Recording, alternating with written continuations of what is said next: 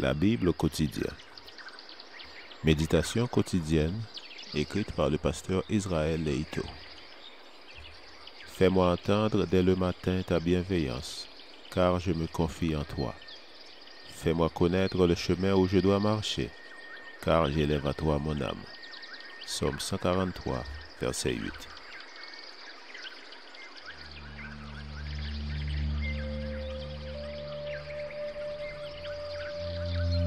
Aujourd'hui, le 22 mai, notre plus grand besoin. Je ne dis pas cela en raison de mes besoins, car j'ai appris à me contenter de l'état où je me trouve. Je sais vivre dans l'humiliation et je sais vivre dans l'abondance.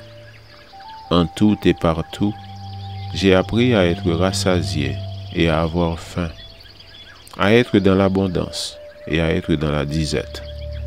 Je puis tout par celui qui me fortifie.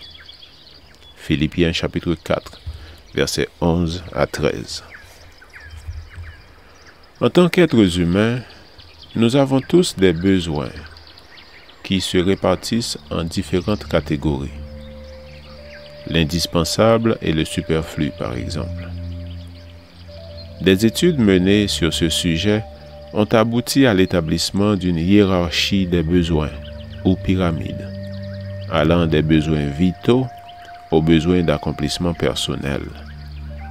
C'est la théorie d'Abraham Maslow, 1908-1970. Cette étude a même servi à définir certaines situations politiques dans le monde, avançant la satisfaction des besoins élémentaires des peuples pour déterminer les décisions à prendre. D'un point de vue humaniste, les besoins primaires tels que la sécurité, l'alimentation, l'habillement, la protection, etc. doivent être définis et satisfaits. Pourtant, un besoin qui s'avère vital pour l'homme est passé sous silence. La paix et la satisfaction que procure Jésus-Christ. J'ai appris à être content de l'état où je me trouve, dit Paul. Les besoins dictent le comportement d'une personne, mais quand celle-ci a appris en Jésus à se contenter de sa situation, les vents de la prospérité ou de l'adversité n'auront pas d'emprise sur elle, et sa foi ne sera pas soumise aux circonstances. Ce modèle de vie, tel que le décrit l'apôtre Paul, présente un contraste réel entre la foi chrétienne et le monde dans lequel nous vivons. Notre culture nous a inculqué l'insatisfaction, et celle-ci entraîne l'homme comme le vent emporte la feuille. Elle est à la racine de la criminalité. Les problèmes de l'humanité ne trouveront pas de solution aussi longtemps qu'un sentiment d'inassouvissement sera à la base de toute action. Le chrétien a appris à être différent. Il a appris à se contenter de peu. Il a appris que l'homme ne vit pas de pain seulement. La première nécessité du chrétien est de satisfaire son désir de rencontrer Dieu.